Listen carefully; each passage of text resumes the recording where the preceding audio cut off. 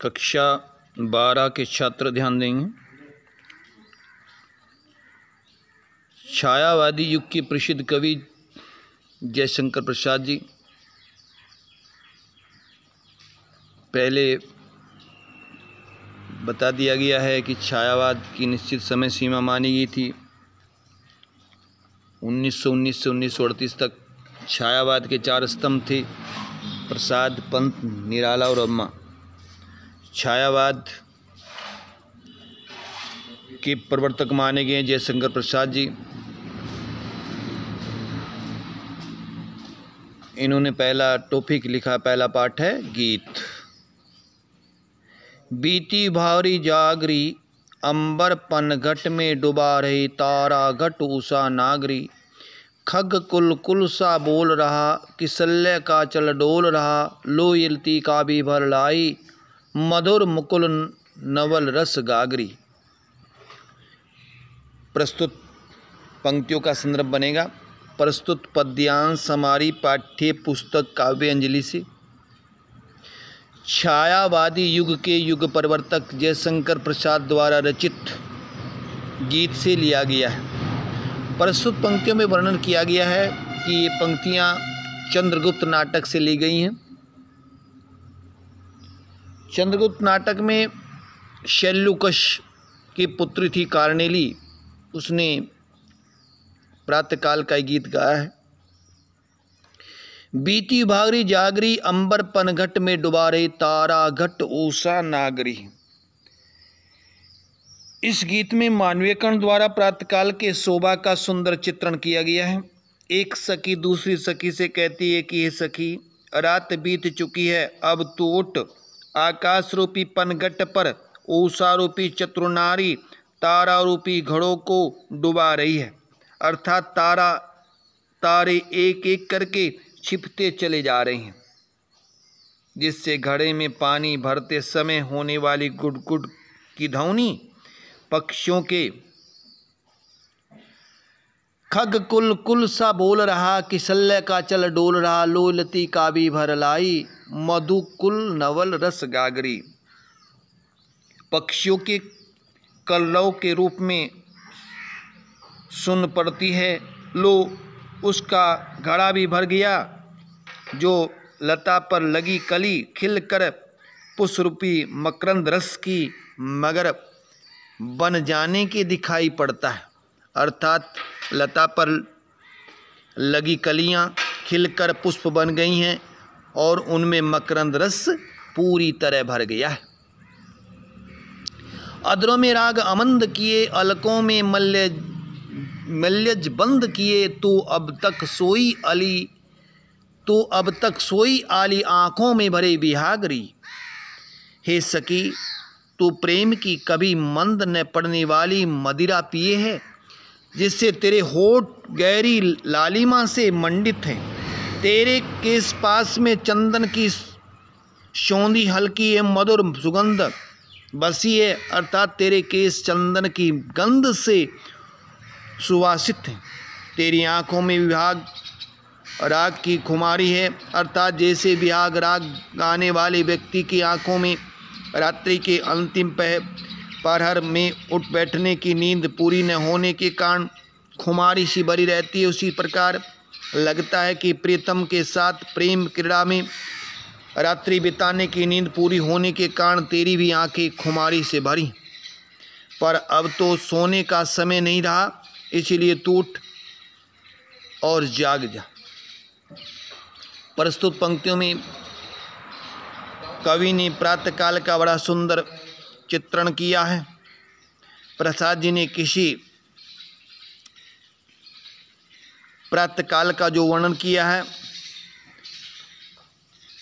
पनघट से घड़ा भरने के दृश्य को शांग रूपक के माध्यम से उषा पर घटाकर चमत्कार उत्पन्न कर दिया।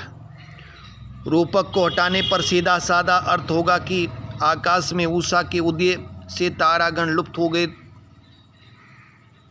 पक्षी चहचहा रहे हैं, वृक्षों की कोमल पत्तियां हवा से हिल रही हैं और कलियां खिलकर मधुपूरित पुष्प बन गई हैं। शुद्ध संस्कृत खड़ी बोली है। प्रस्तुत पंक्तियों में संयोग श्रृंगार रस है, सब शक्ति लक्षणा गुण माधुर्य है, अलंकार मान्यकरण और उपरास अलंकार का प्रयोग किया गया है।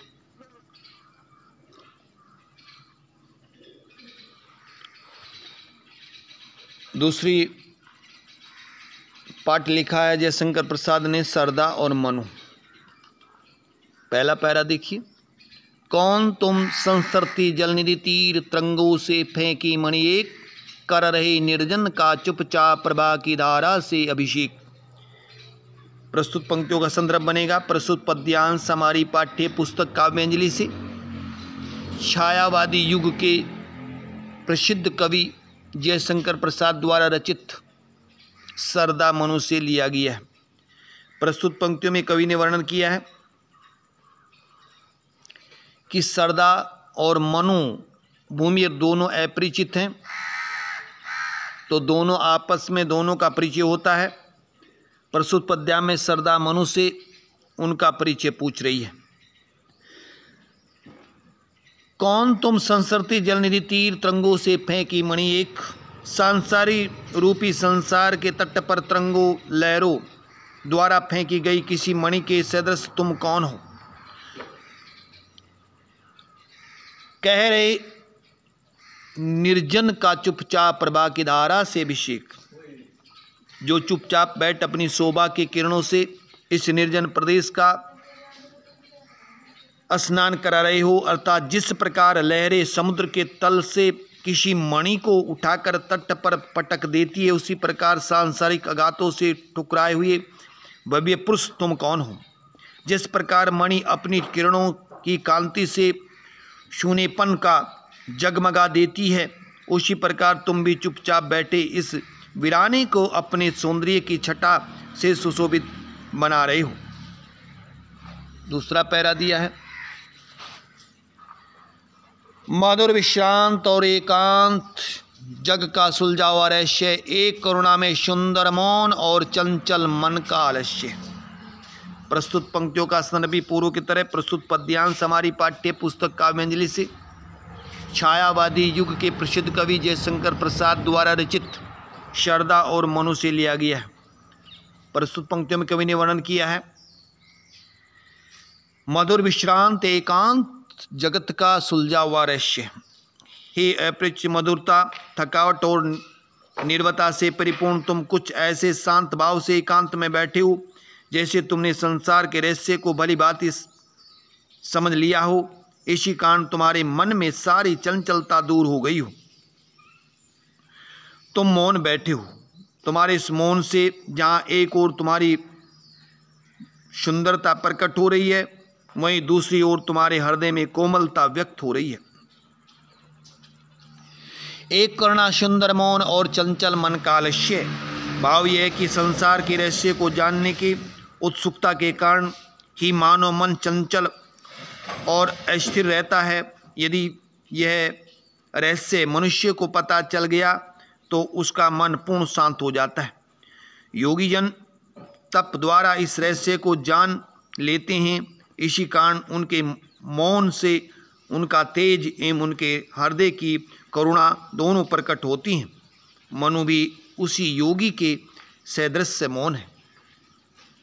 प्रस्तुत पंक्तियों में कवि ने सरदा और मनु का वर्णन किया है। प्रस्तुत पंक्तियों में साहित्य खड़ी बोली भाषा दी गई है, श्रृंगार रस है, सब शक्ति लक्षणा है, गुण माधुर्य का प्रयोग किया गया है, रूपक और अनुप्रास अलंकार दिए गए हैं, शैली प्रबंध काव्य है। इस प्रकार सरदा और मनु का कवि जयशंकर प्रसाद ने वर्णन किया है।